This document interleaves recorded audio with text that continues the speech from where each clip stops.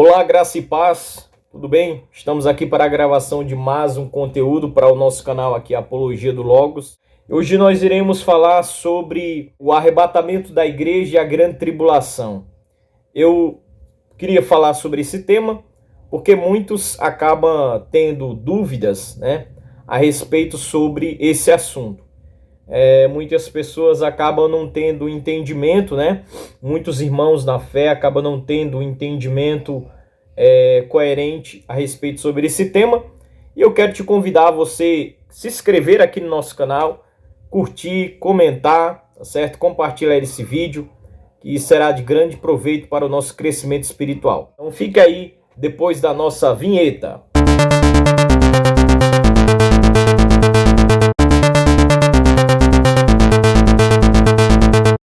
Pois bem, nós iremos falar hoje sobre a grande tribulação e o arrebatamento da igreja, O grande marco para começarmos esse estudo, o grande marco, o grande acontecimento que a Bíblia nos mostra é que vai acontecer, na verdade irá acontecer uma série de coisas.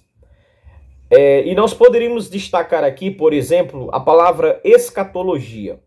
A palavra escatologia é uma palavra, a união de duas palavras, na verdade, que significa significa aquilo, as últimas coisas, aquilo que vai acontecer das últimas coisas.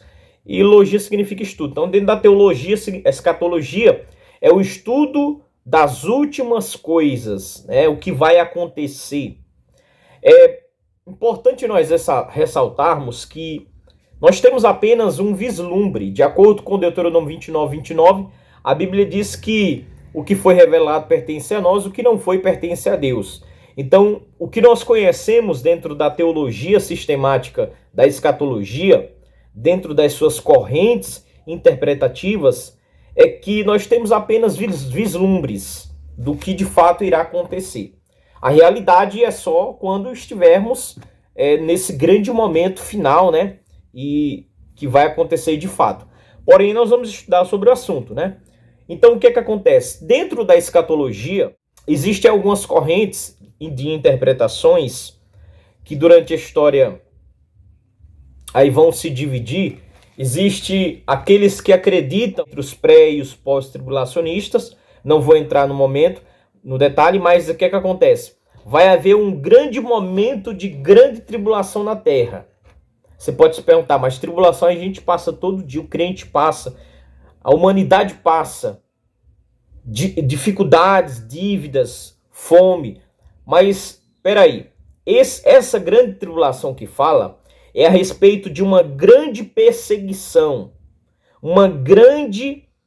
perseguição àqueles que estiverem durante esse momento. Na verdade, Mateus 24, 21 diz que é definido com artigo definido a grande tribulação. Então significa que é um momento único na história desse mundo. E é interessante que em Jeremias 30, versículo 7, é profetizado pelo profeta Jeremias como esse momento, como o momento da angústia de Jacó, E nós percebemos também que, de acordo com Apocalipse, capítulo 6, versículo 16, 1 Tessalonicenses, capítulo 1, versículo 10 e capítulo 5, versículo 9, esse momento também é citado como a ira de Deus sobre a terra, a ira do Cordeiro, Apocalipse 6,16 diz que a ira do Cordeiro, A ira de Deus sobre a terra. Vai chegar um momento em que Deus vai fechar a fatura. Deus vai assinar ali o momento, ponto final sobre essa terra para buscar aqueles que estavam preparados e aceitaram a redenção em Cristo Jesus. Então, a grande tribulação é um momento de juízo de Deus sobre a terra, sobre aqueles que rejeitaram sua graça, é a ira do Cordeiro. E aí, se nós formos falar mais detalhadamente sobre esse momento, seria um outro vídeo, um outro tema, eu não vou falar, mas basicamente você precisa entender que a grande tribulação é um momento único que, independentemente das suas correntes interpretativas na escatologia, nós temos um momento único é um momento da ira de Deus sobre a terra, o juízo de Deus sobre a terra, mas a igreja de Jesus, os fiéis, aí é que nós vamos falar agora sobre a igreja, ela vai passar por esse momento. A igreja de Cristo, quando eu digo a igreja, aqueles, não estou falando de placa de igreja, estou falando daqueles fiéis que viveram pelo sangue do Cordeiro, aceitaram a Jesus e viveram uma vida de retidão na presença de Deus. Aqueles que aceitaram a Jesus, a igreja de Cristo, passará pela grande tribulação? Aí é um tema para se pensar, né? Você já deve estar se pensando aí, mas nós vamos lá, vamos entender esse assunto. É interessante que em Apocalipse, capítulo 6 e versículo 16, nos diz que, como eu falei, é o momento da ira do Cordeiro. A ira do Cordeiro. Aí você pode se perguntar, mas um cordeiro se ira? Jesus, quando veio, ele veio como um cordeiro, mas ele voltará como juízo, né? Ele vai vir para buscar os seus e irá voltar para dar juízo sobre aqueles que não aceitaram a ele. O que é que acontece? Nós vamos perceber, queridos irmãos em Cristo, o momento da grande tribulação, como eu já falei, né, é um momento de juízo de Deus sobre a terra. E a pergunta que eu fiz foi: a igreja passará por esse momento de juízo? Se nós abrirmos a Bíblia na carta de Paulo, os teólogos, né, os eruditos falam, né, que foi uma das primeiras cartas que Paulo escreveu, né, a carta à igreja de Tessalônica. Na primeira carta de Paulo à igreja de Tessalônica, no capítulo 1 e o versículo 10, o apóstolo Paulo, ele diz algo bem interessante. Ele diz o seguinte: e para guardar dos céus o seu filho, e para aguardarmos dos céus o seu filho, a quem ele ressuscitou dentre os mortos, a saber, Jesus Cristo, que nos livra da ira vindoura. Então, aqui é interessante que Paulo declara, né? Paulo vai declarar aqui que Jesus nos livra da ira vindoura.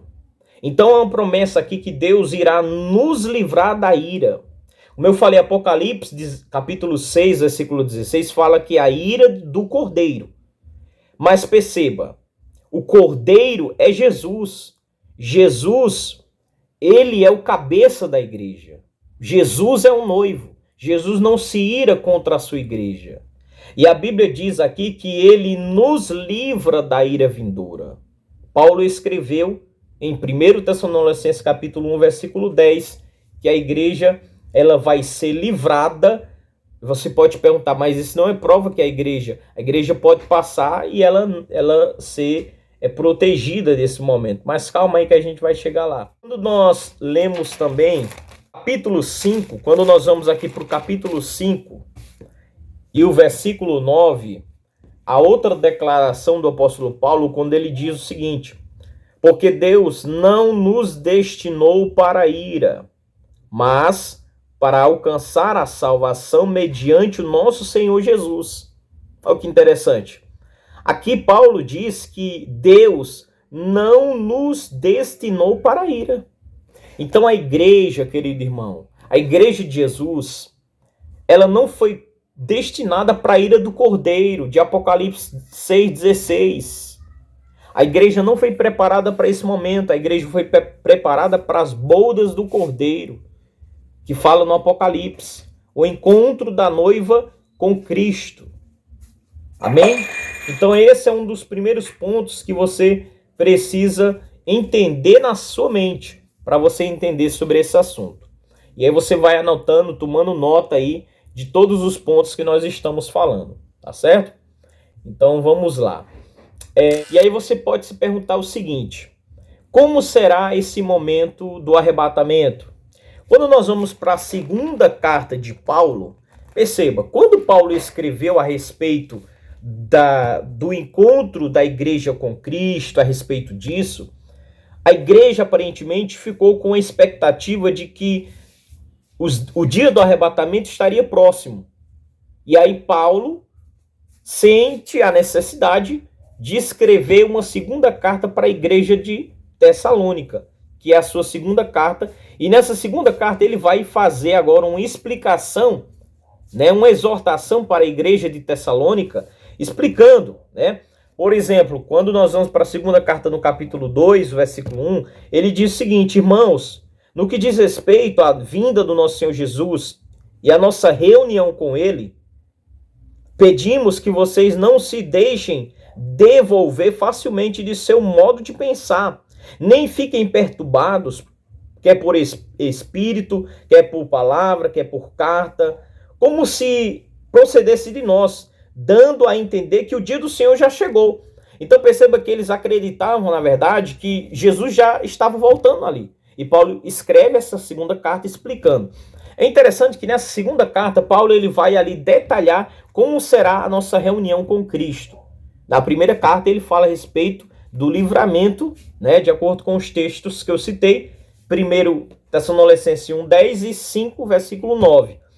Na segunda carta, no capítulo 2, que é o que nós já lemos, a partir do versículo 3, Paulo vai dizer algo bem interessante. Nós já lemos aqui que ele exorta a igreja para não se perturbar por palavra, epístola, por carta, né?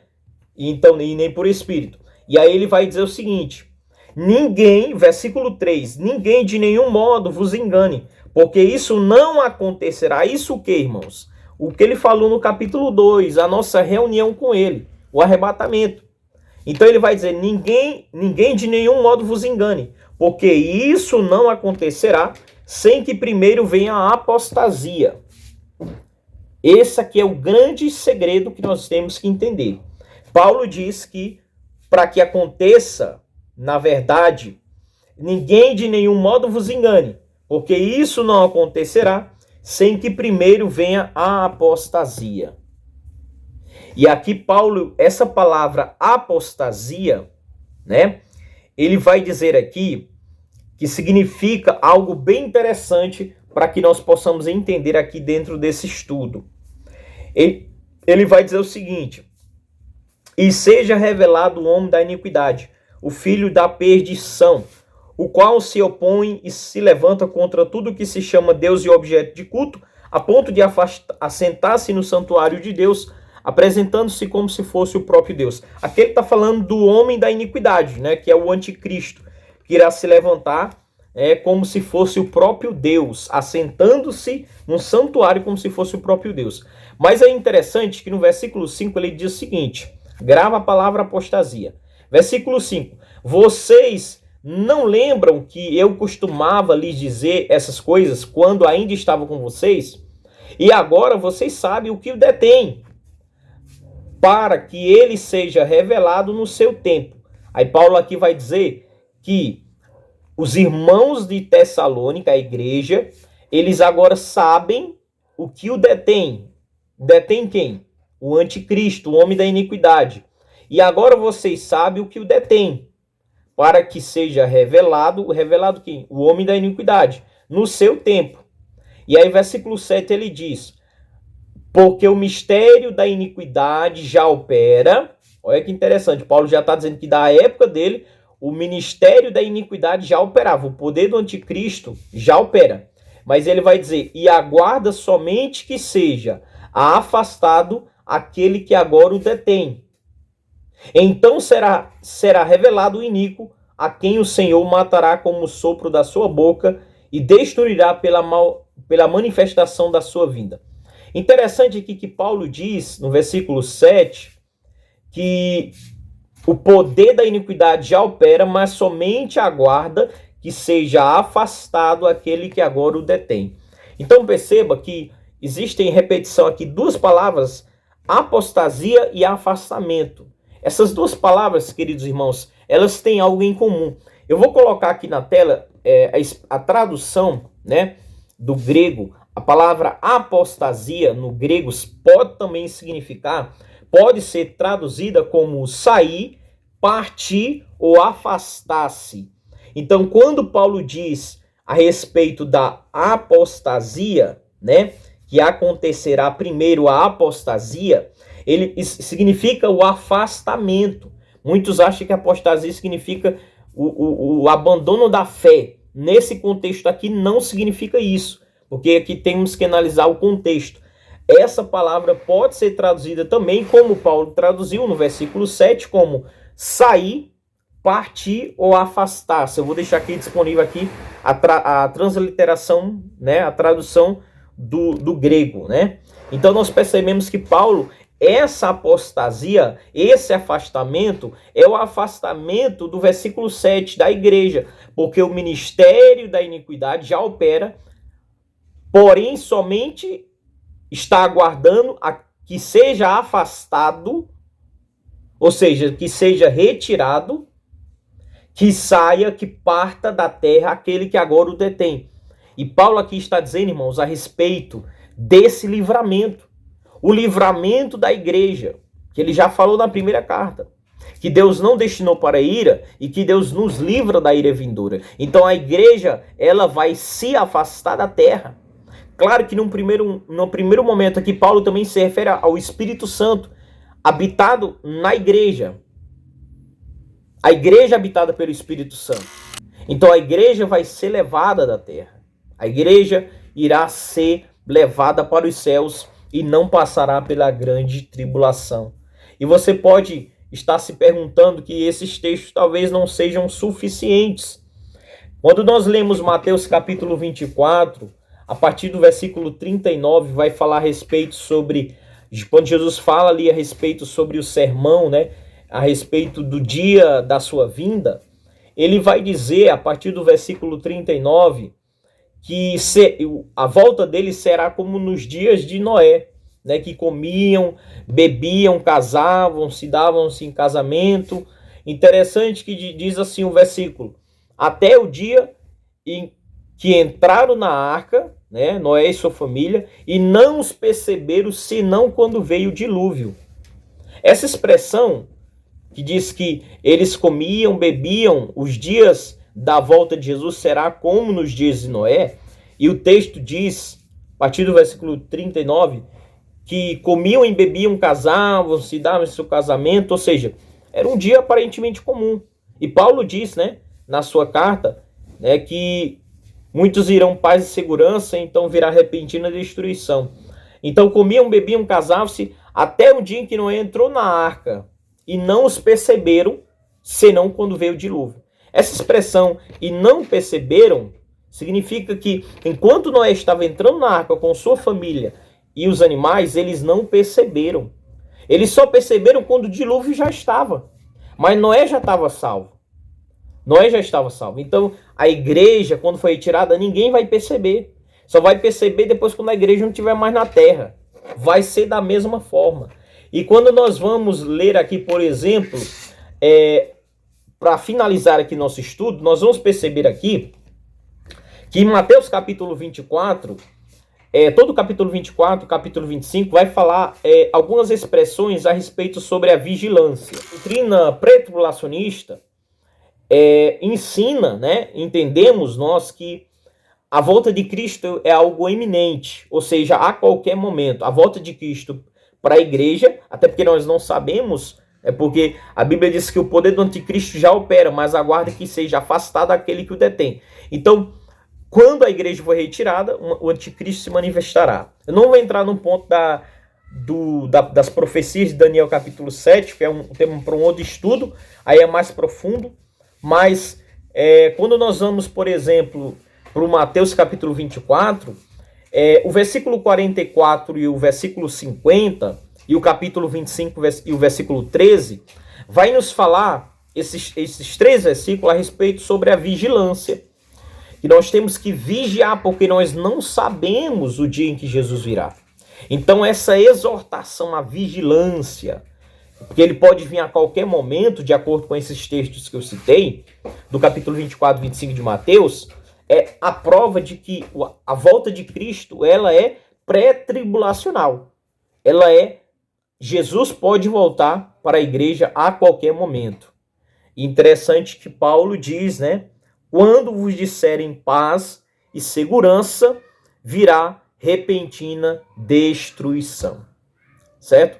Então, Deus abençoe sua vida. Teria outros textos para a gente analisar, mas para o vídeo não ficar tão longo assim, vamos ficar por aqui. Eu espero que você tenha aprendido Espero que você tenha tomado nota dos textos. E tudo isso desse canal aqui é somente para o teu crescimento, para o nosso crescimento espiritual na palavra de Deus, tá certo? Então, Deus abençoe sua vida.